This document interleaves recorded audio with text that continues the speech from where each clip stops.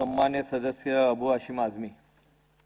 शुक्रिया अध्यक्ष महोदय, धन्यवाद आपका, आपने मुझे बोलने का अवसर दिया। मैं 293 के प्रस्ताव पर बोलने खड़ा हुआ हूं। अध्यक्ष महोदय, पहले सरकार ने कहा था कि मुंबई को संघाई बनाएंगे, संघाई तो बना नहीं, और अब मुंबई को जो है स्मार्ट सिटी बनाने की कोशिश हो रही है। अध्यक्ष महोदय, सड़कों की हालत इतनी खराब है, कई सौ सड़क जो है, जो कॉन्ट्रैक्ट मिला है ईगल कंपनी को, हमारे एरिया में मानकू शिवाजी नगर में कितनी सड़कें खोद कर रख दिया कई महीने से। गाड़ी जाने की बात दूर की है, लोग पैदल ही नहीं जा सकते।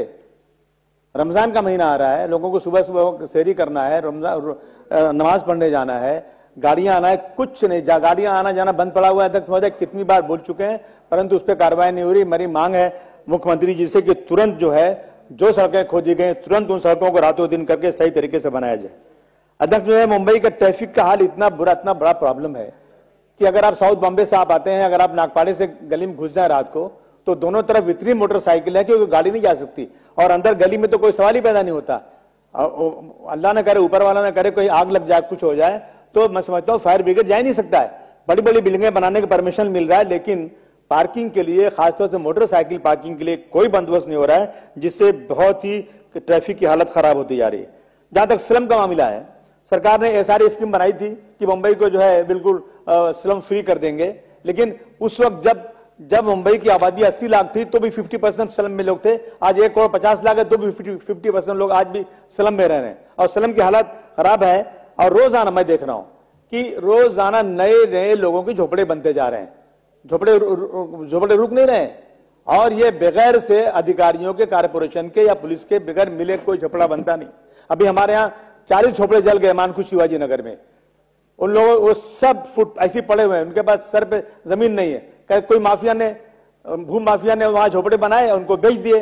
वो गरीबों ने कोई 5 लाख, कोई 50,000, कोई 1 लाख, कोई 2 लाख में खरीद लिया, सब झोपड़े टूट गए। मैं कहता हूं कि एक बार ये तय हो जाना चाहिए कि जो एक डेट दी गई कि इस डेट के बाद कोई भी झोपड़ा जो बनेगा इल्लीगल होगा, तो झोपड़ा बनता कैसे है? जो कानून है यह है कि अगर कोई भी इल्लीगल स्ट्रक्चर तोड़ना है तो उनसे पैसा पूरा वसूला जाए। डिमोलिश करो, पूरा डिमोलिश करो, और डिमोलिश करने का पूरा खर्च उनसे लो जो लोग बना रहे हैं, उन पे केसेस फाइल करो।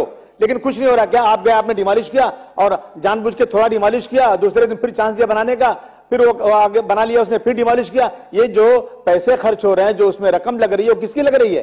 रोजाना ही हो रहा है। मेरी मांग है कि तुरंत लॉ को इंप्लीमेंट किया जाए और झोपड़ा तोड़ने के पहले झोपड़ा बनाने वाले से पूरा उसको तोड़ने का पैसा लिया जाए, उस पर फाइन लगाया जाए, दोबारा बनाता है तो उसको प्रोसिक्यूट किया जाए।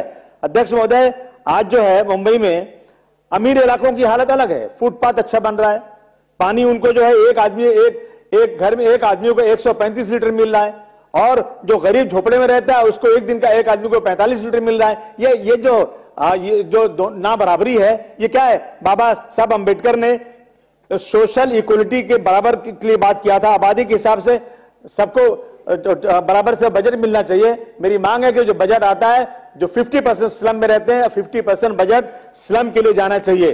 ये नहीं हो रहा है अध्यक्ष महोदय, गरीबों के साथ बिल्कुल नाइंसाफी होती जा रही है। यहां तक पॉल्यूशन का मामला है अध्यक्ष महोदय, यह पॉल्यूशन इतना बड़ा मसला बन गया है कि मेरे इलाके में पूरे मुंबई का जितना भी 7,500 मीट्रिक टन रोजाना कचरा मानकू शिवाजी नगर में आता है। सॉलिड वेस्ट मैनेजमेंट की कोई सही पॉलिसी नहीं बनी आज तक, और दिन रात मुंबई जैसे शहर में पॉल्यूशन बढ़ता जा रहा है। एसएमएस कंपनी को हटाने की बात कितने सालों से हो रही, लेकिन आज तक एसएमएस कंपनी हटाई नहीं गई। अध्यक्ष महोदय, ये भारत नगर में महाडा का प्लॉट है, इसको एसआरए में डाला जा रहा है। वहां के लोग इतना परेशान हैं, बिल्डर आकर पुलिस की मर्जी से, अदानी के लोग बुद्ध पूर्वा डेवलपर के नाम से बगैर टेनेंट के एग्रीमेंट के, बगैर उनसे बात किए हुए पुलिस को ला करके उनका डिमोलिश कर रहे हैं। लोग चिल्ला रहे हैं, सुनने को तैयार नहीं। वहां के लोगों का कहना है कि एसआरए स्कीम नहीं बल्कि 33(5) के तहत ये होगा तो सरकार को फायदा होगा, और हमको भी कोई एग्री नहीं है। उस पर सरकार को तुरंत नोट लेना चाहिए और उसके ऊपर जो है रोक लगाना चाहिए। अध्यक्ष महोदय, डेवलपमेंट जो हो रहा है, आज डेवलपमेंट की हालत बहुत ही खराब है। एसआरए में जाती फाइल कितने के दिन पड़ी रहती है।